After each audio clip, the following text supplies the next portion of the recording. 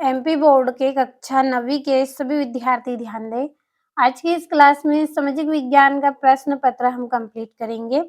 तो 13 फरवरी के दिन सामाजिक विज्ञान के किस तरह के आपके प्रश्न एग्जाम में रहेंगे, चलिए शुरू करते हैं बिना किसी देरी के। तो इस तरह के निर्देशांक आपको देखने को मिलेंगे और हिंदी इंग्लिश दोनों में आपका पेपर है और साथ में पूरा पहले ही कंप्लीट कर दिया है।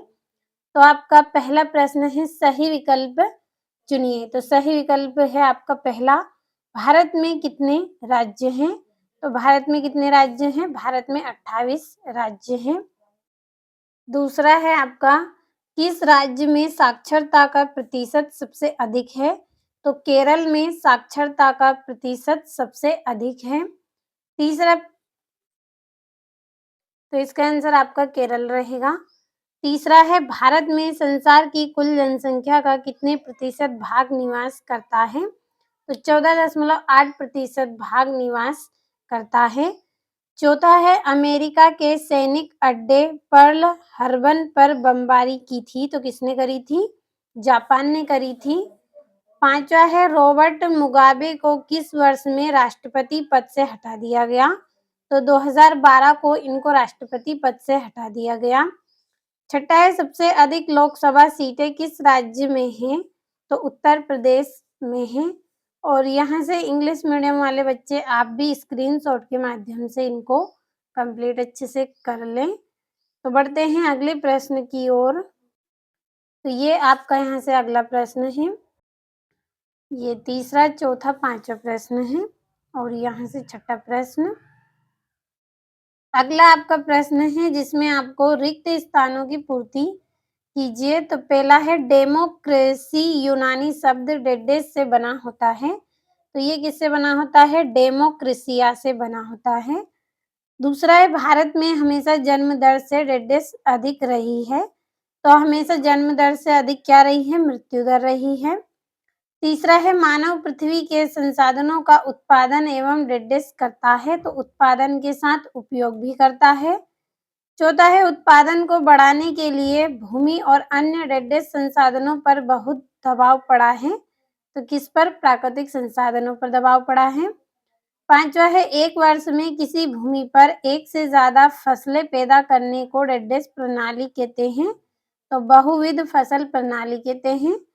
छठा है, गेहूं क्रांति शीर्षक से एक विशेष डाक टिकट डेडेस ने जारी किया था। तो किसने जारी किया था? इंदिरा गांधी ने जारी किया था।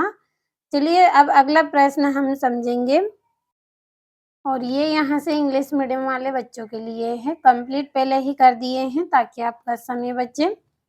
और यहाँ से तीसरा प्रश्न, सही जोड़ी मिलाइए।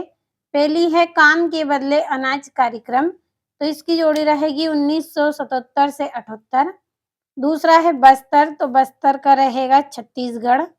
तीसरा है डाइट्रीज ब्रेडिस, तो इसका रहेगा जर्मन। चौथा है रॉबर्ट ओवेन, तो इसकी जोड़ी रहेगी इंडियाना। पांचवा है तुषारापात, तो इसकी जोड़ी रहेगी उत्तर में।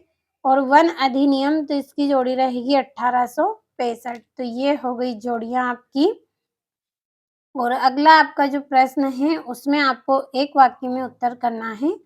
पहला है, भारत की सबसे लंबी नदी है। तो भारत की सबसे लंबी नदी कौन सी है? गंगा नदी है। दूसरा है, किन भागों में शीत ऋतु स्पष्ट नहीं होती है? तो प्रायद्वीपीय भागों में शीत ऋतु स्पष्ट नहीं होती है। और अगला है आपका तीसरा प्रश्न है, दूसरे विश्व युद्ध की शुरुआत कब हुई? सितंबर 1939 को हुई। चौथा है, किशोर प्राय किस आयु वर्ग के होते हैं? तो 10 से 19 वर्ष के क्या होते हैं? किशोर आयु के होते हैं। पांचवा, स्वतंत्र पार्टी के संस्थापक कौन थे? तो कन्हैया लाल मानिक लाल मुंशी।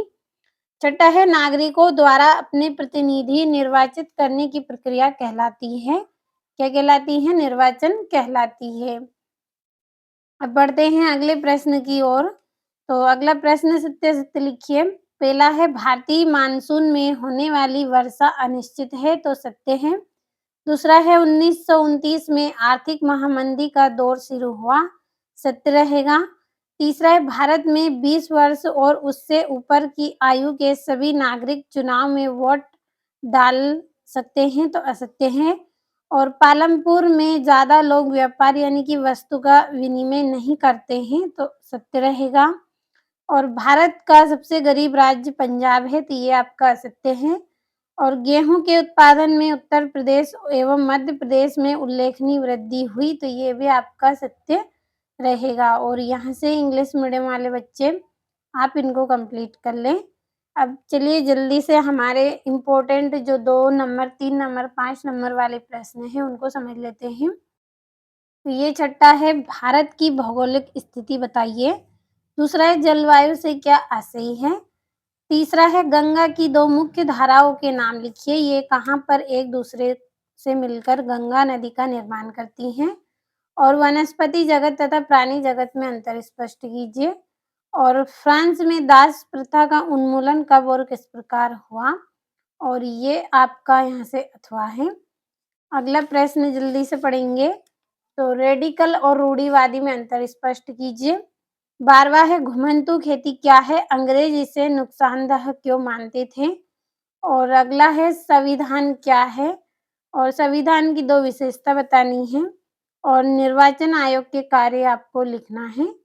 बढ़ते हैं 16वें प्रश्न की ओर। और 16वां है प्रच्छन्न और मौसमी बेरोजगारी में क्या अंतर है। और 17वां है नात्सी सोच के खास पहलू कौन से थे। और अगला है आयु संरचना, जन्म दर एवं मृत्यु दर को परिभाषित करें। और राइका समुदाय पर टिप्पणी कीजिए। और मंत्री परिषद के मंत्रियों को उसके पदों के अनुसार पद पर किस प्रकार वर्गीकृत किया जाता है, स्पष्ट आपको करना है। और प्रधानमंत्री के कार्य भी लिखना है। और यहाँ से भारत के मानचित्र में निम्नलिखित को दर्शाना है आपको 4 नंबर में। और यहाँ से आपको समानता के अधिकारों को स्पष्ट करना है। और राष्ट्रीय ग्रामीण रोजगार गारंटी अधिनियम 2005 की मुख्य विशेषता लिखनी है। तो जितने भी प्रश्न बताए हैं भरोसा रखें 13 फरवरी के लिए पूरे ऐसे प्रश्न हैं जो अच्छे अंक दिलवाने में महत्वपूर्ण हैं।